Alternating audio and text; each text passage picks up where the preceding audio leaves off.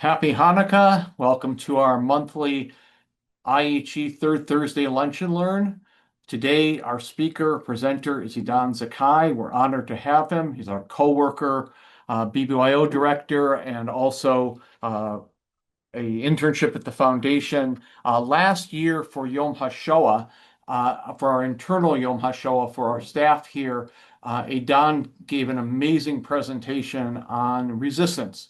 And Eidan was born and raised in Israel. He has a bachelor's degree in Holocaust Studies from Bar Ilan University and a master's degree, and working on a master's degree in nonprofit administration with LSU. Eidan has worked in informal education for many years. He was the director of youth informal education system on the kibbutz he grew up on, and helped educate teens at the Ghetto Fighters House Museum in northern Israel. Is a certified tour guide, and in that worked with American Jewish trips of Birthright and Masa. We're honored to have him here today, and I turn it over to you now, and I'm going to put myself on mute. Eidan, thank you. Thank you so much, Scott. I really appreciate the opportunity to be here and to share my passion and my knowledge of the subject. And you know, before we go a little bit deeper, so the subject that we are dealing today is Jewish resistance during the Holocaust, and every aspect of resistance that we're going to see is something that we're going to go through relatively fast. And the reason is obviously our time limit, but more so that you can write a PhD, or not just one, several, I would say, on every topic that we will see in this lecture. So it's impossible to cover so much material in such a short time. So I appreciate everyone's patience, and obviously if there are any questions at the end, I am more than happy to answer. So again, thank you, Scott, and for introducing me and for giving me this opportunity. And yes, I was born and raised in kibbutz Rosh Hanikra. It's the most northern western point of Israel on the border with Lebanon. And have two more courses to finish my master's degree. And I am enjoying my work with BBYO teams, with Omaha teams. By the way, we have wonderful teams here in our community. And I love my internship in our foundation with just wonderful people all around. So I'm gonna share my screen, and we will just dive in.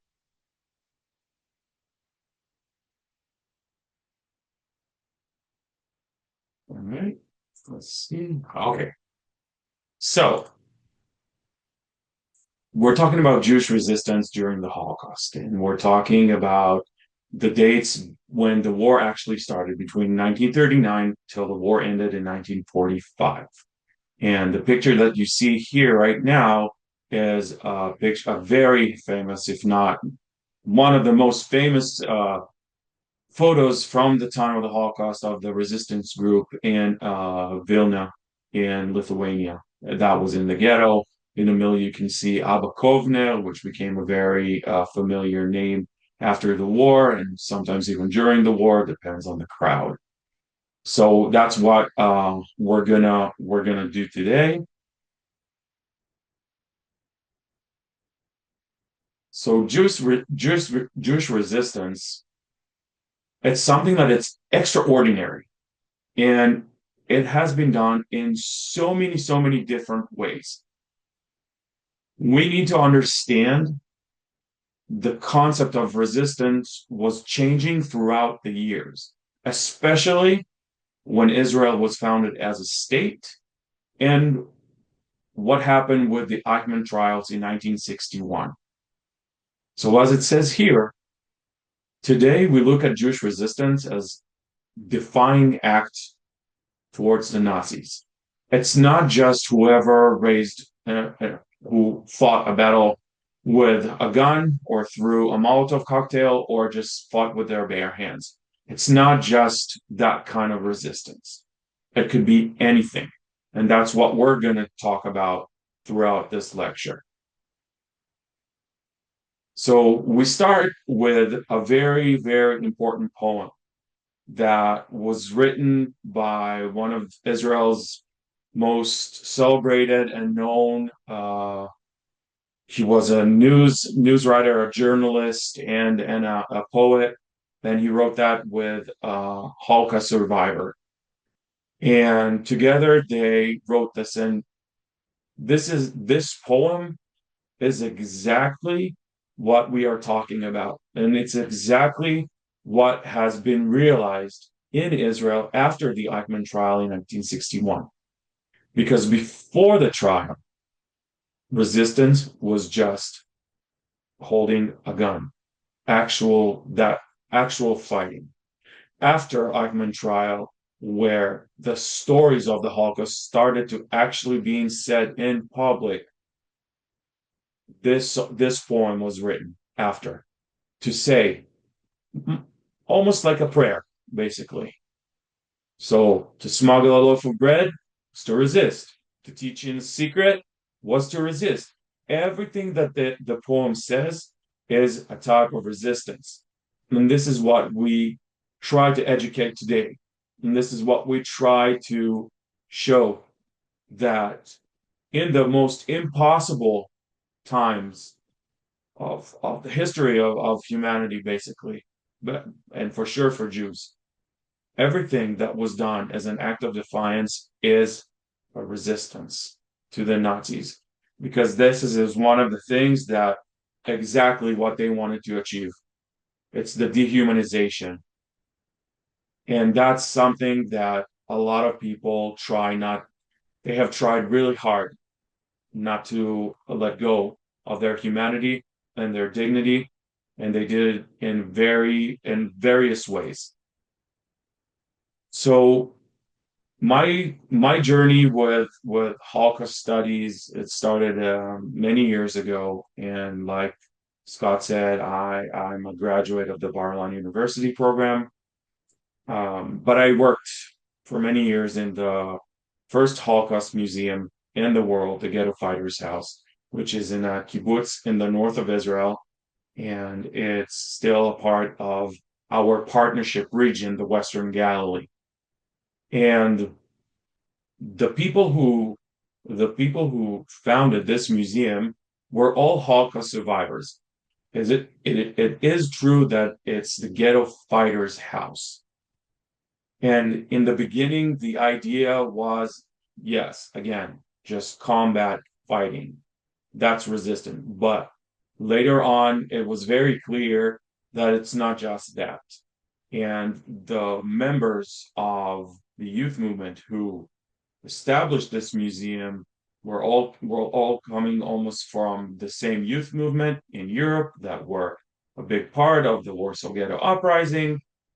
And the full name basically became the Yitzhak Katzenelson Holocaust and Jewish Resistance Heritage Museum. So that's a lot of words. But Yitzhak Katzenelson is a person that was very important to that group because he was a poet. He was that youth organization. He was their like spiritual leader. And as you can see, it's Jewish resistance and not just ghetto fighting. And so this museum is very special. I encourage everyone to go visit at least once in their lives when they're in Israel, and then do other cool partnership stuff. It's very different than Yad Vashem. It's not a competition. They just approach the Holocaust in different ways. And I'm very, very proud to be a part of this museum. All right, so this is where we begin. What you can see in the photos are children smuggling food inside the ghetto. And every ghetto was a little bit different for many, many reasons. And when we think about ghettos, ghettos are not just what you know from Krakow or from Warsaw with these kind of brick walls that were all across Eastern Europe, different types of ghettos, and children played one of the most important roles in the survival of the community. A lot of things have changed. Parents all of a sudden don't work, can't find a job, can't provide, and the children are become the providers. The children becomes who take care of their own family. This is being done by risking their lives. If they get caught, it's death. There's no question here. So we think about those kids and about what they risked, and it's unbelievable. And when you do have time, I again urge you to read the poem The Little Smuggler. It's a beautiful poem that really shows those kids and what they were doing. Um, every wall has a crack, and in every crack there was a kid going and trying to get food for the ghetto. So right here, when we speak about education, education is the base for everything. That is one of the reasons that I did my job there. It's one of the reasons that I'm in BBYO. It's education. This is how we help create a better world. This is how we make sure that people understand what it means to do Tikkun Olam. All those things are so important, so important. So over here we have a short video of Helen Fegin from a ghetto in Poland, and I want you to hear what she has to say about this. That ghetto was keeping us very much together in a way that it brought us together as well. We would try to establish semblance of a social life, semblance of an intellectual life. For example, Lebanon school. And my younger sister was very young, and I knew that she needed education. So I established a clandestine school. And the girls would come to my room, I can't call it an apartment. And they would be in groups of five or six, and they would come every hour and the hour, and I would conduct classes with them, and I would fill out of my head whatever I remember having learned in my school. And the most incongruous subject matter, I would teach them Latin vocabulary. I would teach them geography. I would teach them anything they knew. And as a matter of fact, I wrote an essay which I called Gone with a Dream, because one of the things that I read, this is most recently when prior to establishing the school, was the total translation of Gone with the Wind. And when the girls came and they were so down and they were so sorrowful, and they would say, please tell us this tonight. I would say, okay, today I'm going to tell you or basically altogether different world. And I took them away for Southern Foundation in Georgia, and I was talking to them about power and about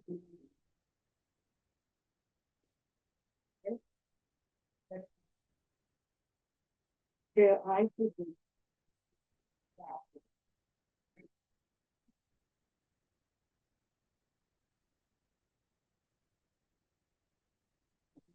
Hey, Don, the volume is not working. it would be Was there a problem with the volume? You guys couldn't hear it? The last 30 seconds, it went out. Oh, okay. Well, it's okay. What you heard kind of is the important thing. That's the gist of it. Um, anyway, Education is so important, and education is what we want to continue. And this is the type of education that I encourage everybody, and every Jew, I would say, to think about and to follow the ideas of what those people have done there. Culture. We Jews have very, very, very beautiful culture that we celebrate, that we teach, that we do with holidays. We have today so many Jewish entertainers, musicians, everything, poets, everything that you can think of. To tell you that in every ghetto, there was a type of entertainment and acts of culture, I don't know, because I don't know every ghetto, but I can tell you that in the main ghettos, in the main cities, there was always culture. It was in hiding sometimes, sometimes it was more upfront. It really depends where you come from. If it's in Theresienstadt, in Czech Republic, it was different. They could do things up front, and that's why there was an issue with one of the shows, um, basically because it the Emperor of Atlantis, it was very clear parody of Hitler, and so it was stopped by the Nazis themselves. But in other places, it has to be in hiding. But there was music, there was poetry, there was singing, there were holidays. There's a very famous photo of a menorah lighting, and in front you see outside the window the Nazi swastika. So that's another defiance. That's another thing that keeps you human. That's something that still connects you to your Jewish pride. Literature. Literature is was a big deal because today we have so many poems that were written at that time. And it's an endless list. Honestly, it's an endless list. It's something we can read and talk about for hours and hours. My my favorite, one of my favorite poems was by a poet that is called Vladislav Schlengel, and that's him you can see here. And he wrote a poem called Kol Nidre. As you can recognize Kol Nidre from Yom Kippur. And this poem was talking about a lot of things, but one of the things that I have put on to show you, and I want to read it to you with you. Come with me, Jews, frightened, beaten, persecuted, cast out of everything, depressed, humiliated. But in the end, he says, at least we shall be united in our hearts in the sad prayer of Kol Nidre. It doesn't matter which Jew you are. Just doesn't matter. It doesn't matter if you're Orthodox, if you're a conservative, if you're a Reform, if you don't believe in anything. It doesn't matter. No matter how much they tried to take that tradition of culture, of literature away from the Jews, we are still united, even if it's just in our hearts. And he says, Vladislav, he says, we are beaten, we're frightened, we're cast out, we're humiliated, but we will never, basically, we will never surrender, because in our hearts, in our soul, we're still connected. And that's the most important thing. And there's a reason why this is in Kol Nidre and Kol Nidre. Another important part that helped save a lot of Jews was forging documents. Now, it's very important to understand that the possibility of getting inside the ghetto, a certain type of parchment, like you can see in the photo. Write it down with a real keyboard, with a real typing machine, signing everything, forging the marks, everything. That was very hard to be done. So this work was not made a lot inside ghettos. There was, but actually it was done outside of ghettos. And one of the most known example is with Raoul Wallenberg.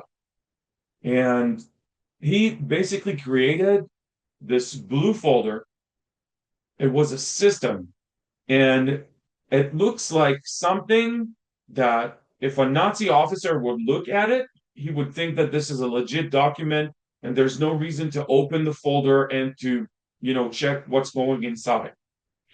And he was giving those to thousands of people. We know today that there's more than 1,000 people saved just by Raoul Wallenberg, and he's a righteous among nations person, and it's one of the most fascinating types of resistance, which also get the dimension of people that are not Jewish to help in order to create this type of document. Underground newspaper. Well, paper was everything at that time. There was no there was no way to send news. There was no way to talk about certain things without newspapers. When we talk about the Warsaw Ghetto, for example, we're talking about dozens of papers. And why? Because every every youth organization group has their own paper. Every ideological group, not just the youth, every ideological group has their own paper.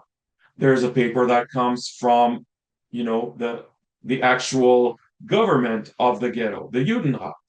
There's so many different things that are coming out in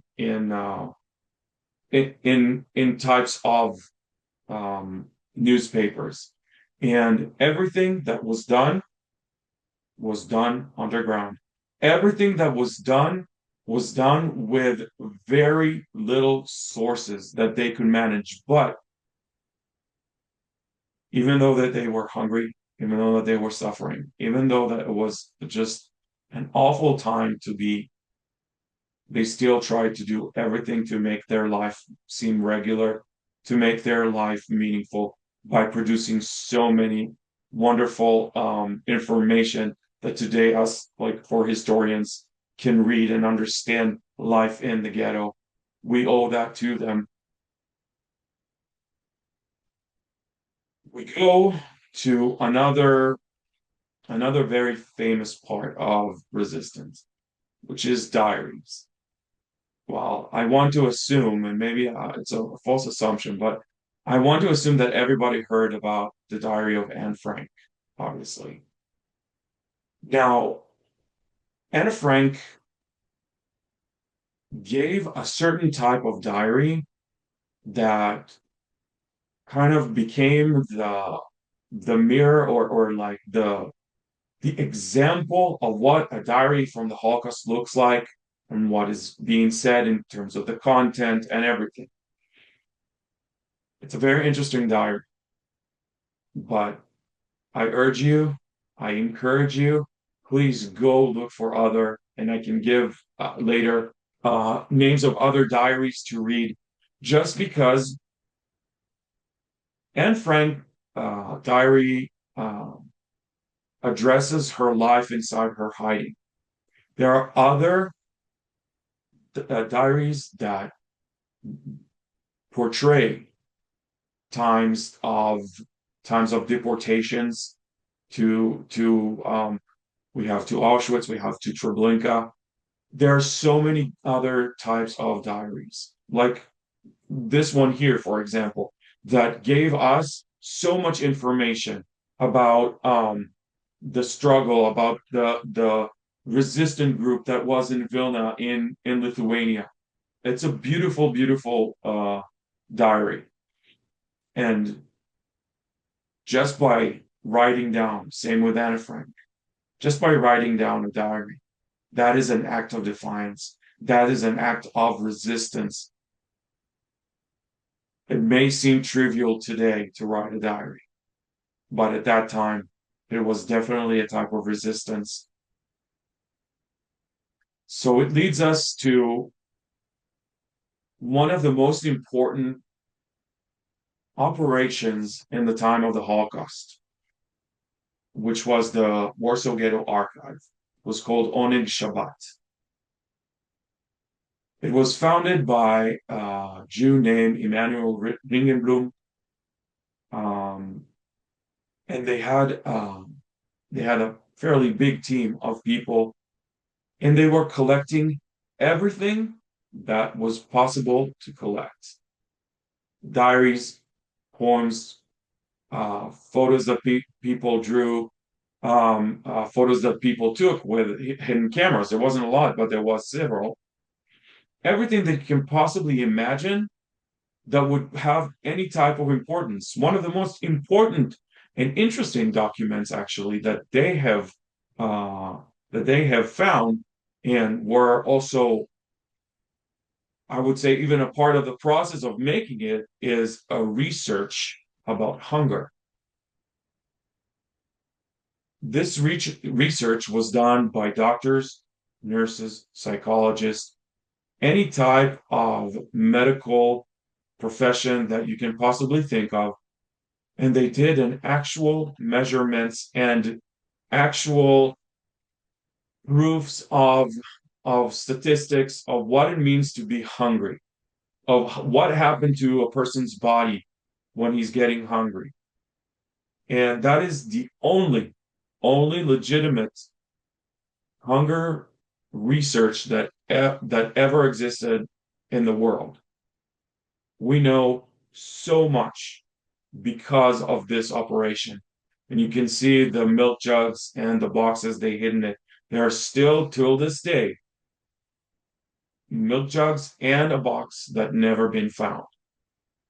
And honestly, I'm not sure if it will ever will going to be found, but we owe so much to Oneg Shabbat and to their members that created this opportunity for us to understand so much about the Warsaw Ghetto. So when we talk about religion, that is a very, very complicated subject. And the reason it's complicated is because for us, after the Holocaust, we can ask question about where was God?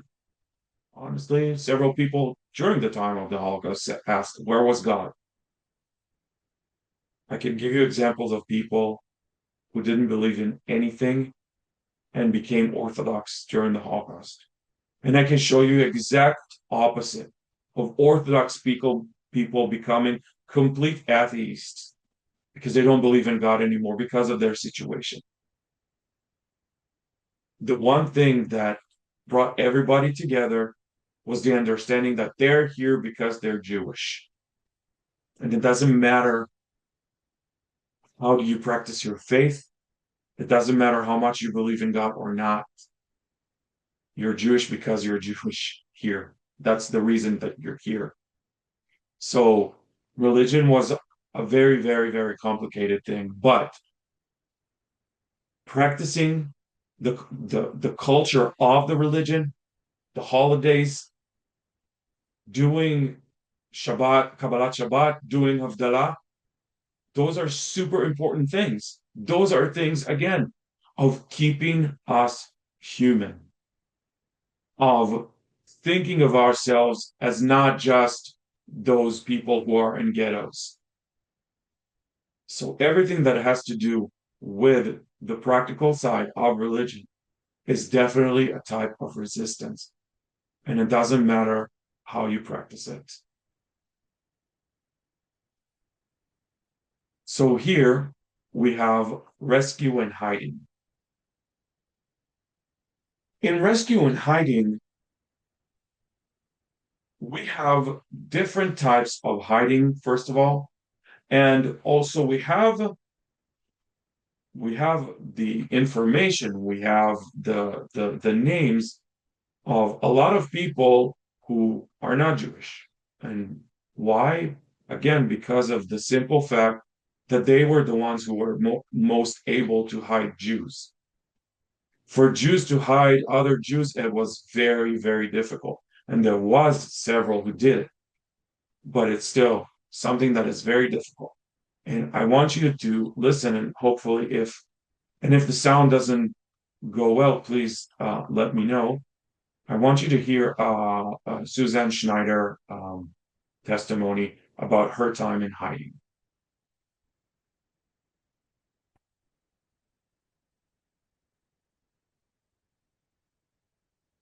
We're having trouble with this. The speaker part of it isn't coming through, Idan. Really? Okay. So let's see how can we go to do it? Scott, do you have an idea on how Now, to the way make you it can do it is better? this. Well, if you stop sharing and go back when you do the sharing, there's a link. Oh, there she's coming through now. She was coming through now. So what's coming through? Yeah, it's not very loud, but it's coming Okay. through. All right, let's try.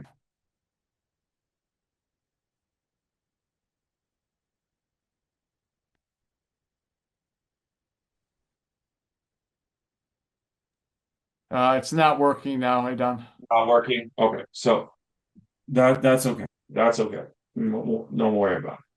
Don't worry about it. We'll try to find a way to fix it. So you say to go back to before sharing? If you there's a when you click on to share, there's a part on the bottom where it says there's a link that says about for sharing a video for the sound. One moment.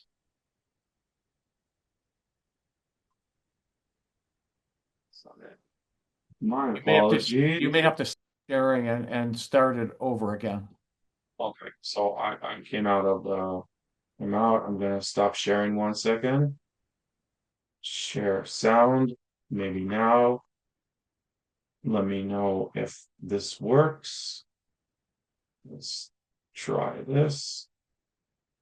In the attic. They How about made now? a hiding place in the attic. No, it's not coming through. Okay, so we're just gonna my apologies. I don't know why it does it, but we're just gonna continue.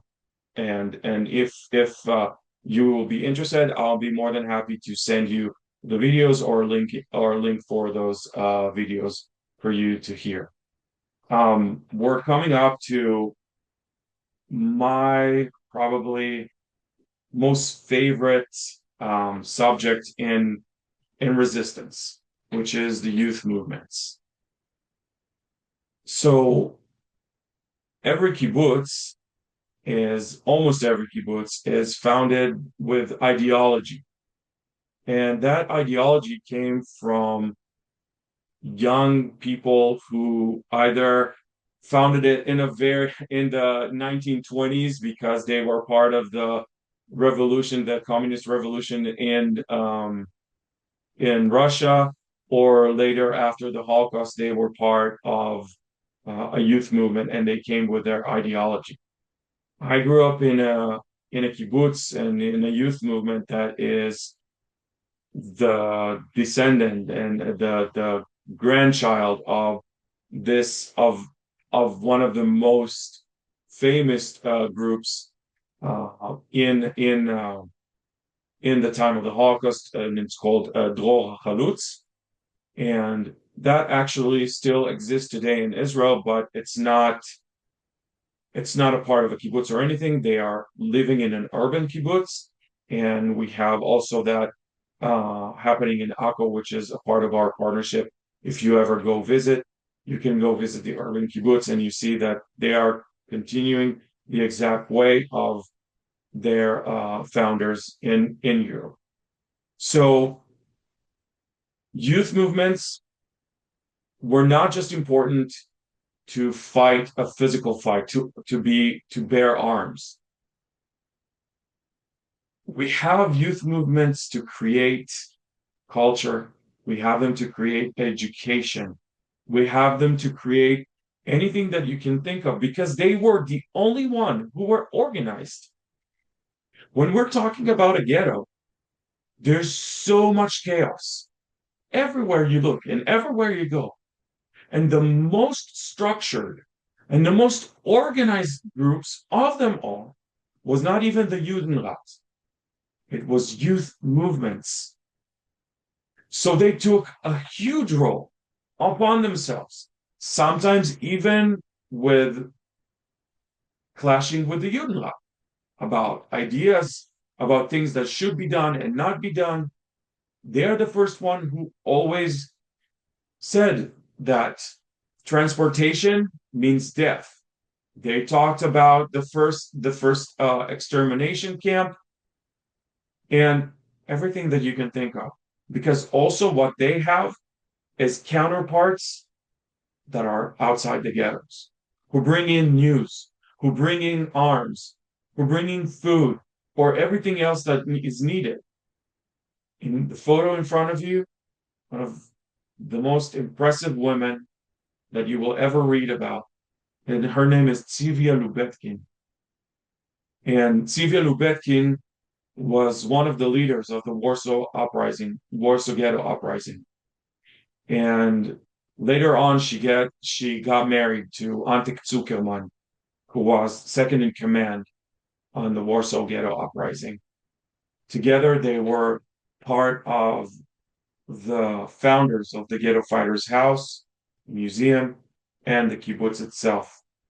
In 1954, before there was any type of understanding of what happened in the Warsaw Ghetto Uprising, or what it means to have a youth organization, a youth movement in Europe, she stood for 4 straight hours, or maybe even almost 5 hours, and just spoke and told their story. We need to understand that there's a lot of people today that feel that their story was never told. And it's true. Their story was not told and was ignored for a lot of different reasons, politics, everything that has to do with this. At that time, the government in Israel, it's a government that comes from that side of the political side, and they got more exposure and more respect because they bared arms.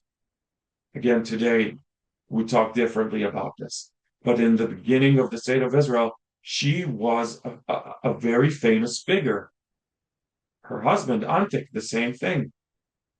So we owe so much for their bravery and for everything that they have done to establish Israel. One of the last things that I want to mention about them, which is crucial, is the fact that after the Holocaust ended, they didn't just went on a boat and try to get somewhere, whether it's Israel, whether the United States, Canada, Australia, wherever. They stayed and they helped bringing children to Israel. They helped bringing other people. They were part of a movement that's called Habricha, the escape of trying to get people away from occupied Europe. When they went specifically, Tzivia and Antik, when they went on a boat and they wanted to get to Israel, they couldn't because the British were ruling the land of Israel at that time. So they were in Cyprus in this type of camp, but not a Nazi camp. It's just a place that is enclosed with fences because the British were not allowing them to come to Israel at that time. So in Cyprus, they were the organized group. So education, culture, everything you can think of. So for me personally, those are amazing people. my grandmother, my grandfather were part of a movement when they were very young in Romania. And this is definitely one of my most favorite things to talk about and to let people know of how important those young people were. So we come up to my dissertation basically. In my degree, I studied about the leader of the Warsaw Ghetto Uprising, Mordechai Anilevich. And what I was trying to prove is that his type of leadership was a certain type that is called in the books transformative leader. And that's what I did in my dissertation. I was able to prove that he is a transformative leader. He was a leader of the battle, but he also was the spiritual leader. When they were in the bunker in the ghetto, when it seems like all is lost, he went through every person in that room, talked to him, listened to them, to their fears, to their thoughts. And in the end, unfortunately, he died as well in the bunker with them. But he was an amazing leader. One of the most important things that you can think of that you should remember in regards to uprisings in ghettos. The Warsaw Ghetto Uprising is not the first one, is not even the second one. It is the most famous one. It is the one that has more information about, that know what happened with the people, with the Nazis, that we have photos of. But I want you to know that we're talking way before 1943. We're talking about small ghettos in the eastern part of Europe, in what today's Lithuania or Belarus, all those places. They already had battles. They already had uprisings. And the ghetto and Warsaw Ghetto is the most famous, but is definitely not the only one. But it's also what connects us to our previous slide. It was done by youth movements. It was done by young kids who understood the meaning of sending people outside the ghetto, of transportations. And so if we go from a ghetto uprising, we get to camps uprisings. The most famous ones we have in Sobibor, extermination camp, in Treblinka, an extermination camp, and even in Auschwitz-Birkenau, an extermination camp. We had people mostly who were Sonderkommandos. Those people had the most difficult job that you can have as a Jew in a camp, and that is to retrieve bodies and either bury them or cremate them. They're the only one who can say Kaddish on those bodies. And between a month and 3 months, they were sent to their death as well. And in Auschwitz-Birkenau, for example, they're the one who decided to blow some of the buildings in the camp, which led for the Nazis to destroy the whole camp. Same with Treblinka. So in Treblinka, we have two testimonies about what happened. One of them is a guy named Yaakov Viernik. Yaakov Viernik was not a leader. He was a part of the uprising, and he managed to escape, and he managed to go to Israel. And one of the things that he did, he built scale model of Treblinka in the Ghetto Fighters House. It's the only model in the world you will ever find of Treblinka because it was wiped out after the uprising. Sobibor, Jewish people with some non-Jewish prisoners of war. Also, they're doing a big escape, and then after that, the camp is being destroyed by the Germans. So we have resistance everywhere we look. We have resistance from small things to big things, from studying in a room about Gone with the Wind to fighting in a ghetto to get to a camp and then fight there. To never agree to be dehumanized, to never forget who you are. The other types of resistance was with the partisans. There's a very famous Hollywood movie with Daniel Craig about the Bielski brothers in the woods of Belarus, and they did a fairly good job with the movie. There's several things that are not exactly right, but all in all, it's a good job that they have done. For Jews to become partisans is something that is very hard to do. If you are at the beginning of the war and you're Jewish and you want to join the partisans, you can't. They won't take you. We have this notion that partisans are these people who hate the Nazis and want to fight and help Jews. Let's have all of that with a big grain of salt. And why? At the beginning, those groups were, yes, they were anti-Nazi, but they were not Jewish-loving groups. So as a Jew, if you wanted to go to the woods and join a partisan group, you couldn't. Most Jews that came to non-Jewish partisan groups, it was way towards 1944, 1945. Bielski brothers, that is a very rare thing, is three Jewish brothers who formed a resistance group, a partisan group in the forests, taking children, which almost no partisan group ever took, because children are liability in the forest. Women were not a part of the first partisan groups.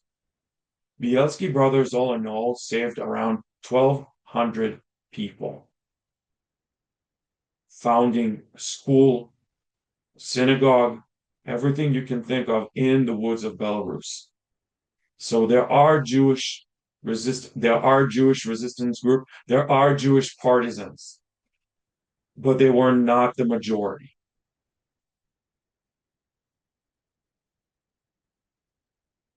So in the end of the war, we have something that is called the Israeli paratroopers.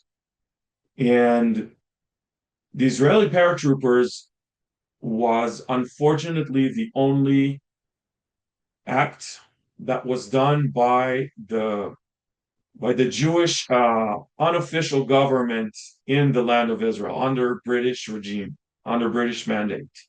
So here in the photo, you have one of the most famous paratrooper named as Chana Senesh, and there were not a lot. Ansel Sireni, they didn't do much.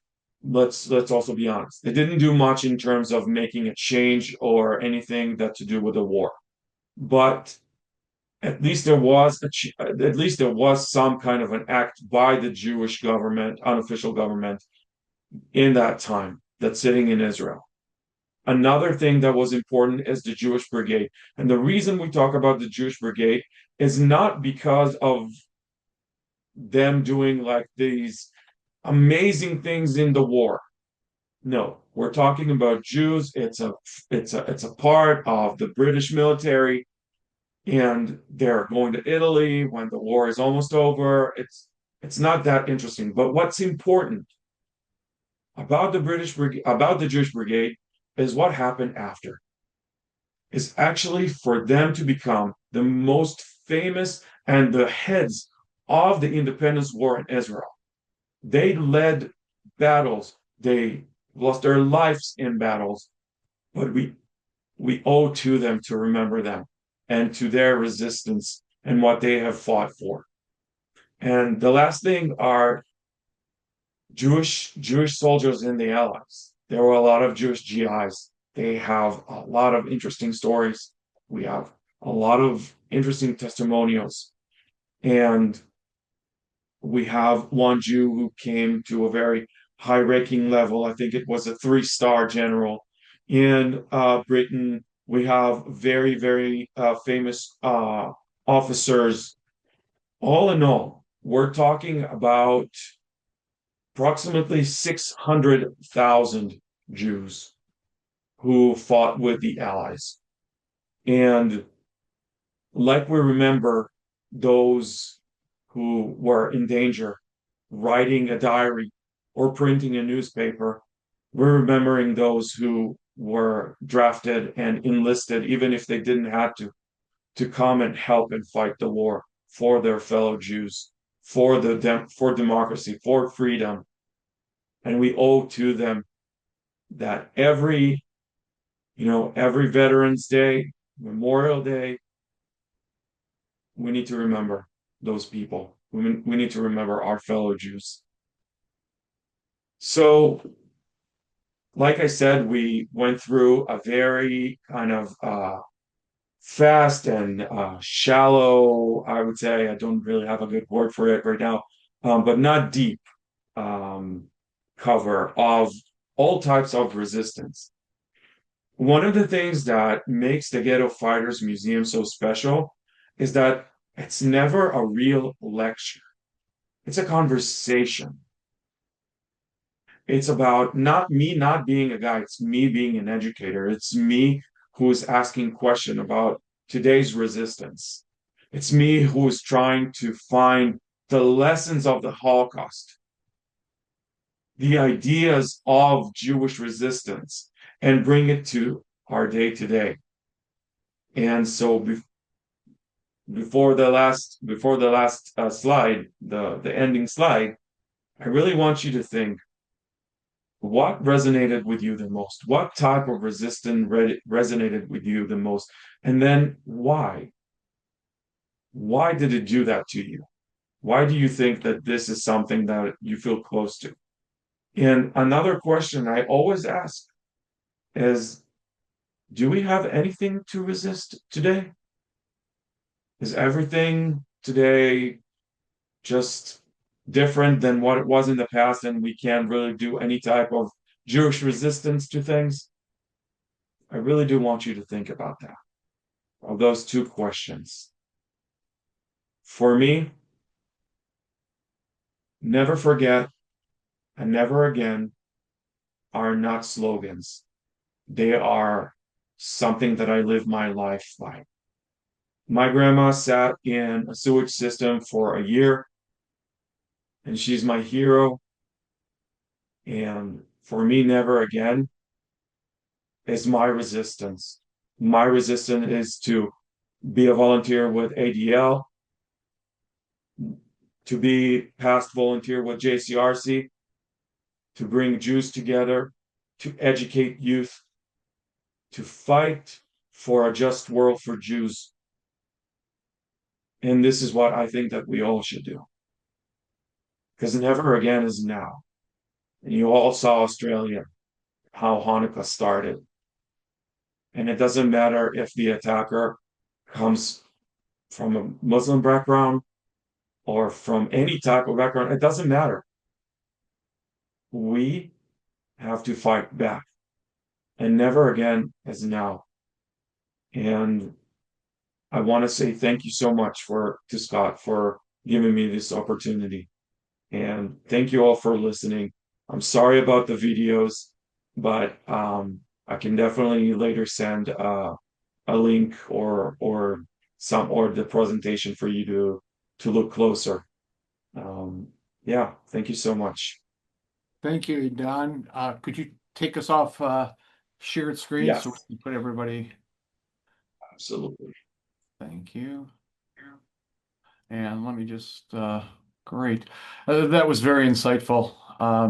Your words are always so powerful. In the last slide in particular about the light, given that at Hanukkah, the idea of the light.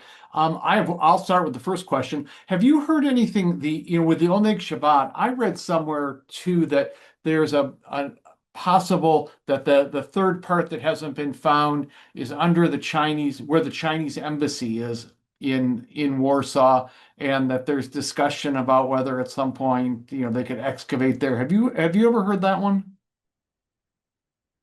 You're on mute. You're on mute. You're There we mute. go. Sorry. Yes, that's why I'm smiling because yes, I have heard about this. Uh, Honestly, who knows? Because if we take the position like where it's actually stated right now, yes, it makes total sense that this is where it was found in Warsaw. But to say that they can actually find this, mm, I'm skeptical to be honest. Yeah, I hope to especially be after wrong. all these years like that, it wasn't preserved, it was buried. And whether it just be a bunch of ashes at this point. Yeah, I honestly I don't know. It's that's I don't know if you guys know about the Dead Sea Scrolls that were found in the beginning of the state of Israel. They were preserved, those parchment preserved because there was no humidity. It was in a cave, and it was in a type of this jug that held very beautifully. The documents from Oneg Shabbat are not the same. They're not preserved from the same material and everything that we have there. Even the things that were retrieved in after the war, a lot was ruined. A lot was ruined. But Scott, I always hope. I always hope. Let me open up if there's any other questions that we have for Aidan. Aidan, if you would send me the links to those videos when we post the recording on the Jewish Federation of Omaha page, we can also put those links there so that people can go to them. Do you ever tell the story, your grandmother's story? Have you ever told that publicly? Some to some people, to some people. My grandmother was born in a city called Iași or Iasi, depends how you want to pronounce it, in Romania. She was born to not like a wealthy family, but a family with means. They had a restaurant, and there was a huge pogrom in Iași, and it was 3 days. In 3 days, 18,000 Jews were murdered very brutally in the streets. My grandmother had, her family had a friend that told them not to go to certain places and where to hide. And so my grandma, not long ago, for the first time, actually opened up and wrote a book about it in Hebrew. And she was hiding in a sewage system with her family for over a year, and they were coming up at night outside to get some air. It messed up her health, especially her um, certain things that are complicated because she has to have to be in hiding for so long and couldn't go outside. And she saw some really awful things. But like I said, she persevered. She met my grandfather on a boat to Israel as part of the youth movement, and she's still alive. I talk to her every Friday, and she's my hero. Yeah, thank you. Well, if you ever want to share her story in a public setting, we'd be honored to have you do that for the community. So, uh, and Esther said that you're trying to get the book translated. We'd be honored to have a copy. Absolutely, thank you so much. Any other questions for Idan? Idan, thank you. This was amazing. When I asked you to do this, and we said, "Oh, December," it didn't occur to me at that time, but it really is so relevant with the story of Hanukkah to have this today. Unfortunately, too, with the events this last weekend, it even is more relevant to what we do. And I agree with everything you said. Thank you so much. Next month, we will have a man named Steve Goldberg, who will also be here for our Week of Understanding. He has made it his goal. He was a history teacher and a lawyer in North Carolina, and he used to bring a survivor in named Abe. And Abe is no longer with us today. He was not related to Steve. Steve has now made it his mission in retirement to share Abe's story and testimony with the world. And so we're honored that he'll do that for us in January. Thank you all for being here, and have a great, wonderful rest of Hanukkah, Shabbat Shalom, and we'll see you all next month. Hanukkah Sameach. Thank you, Thank everyone. you. Thank you.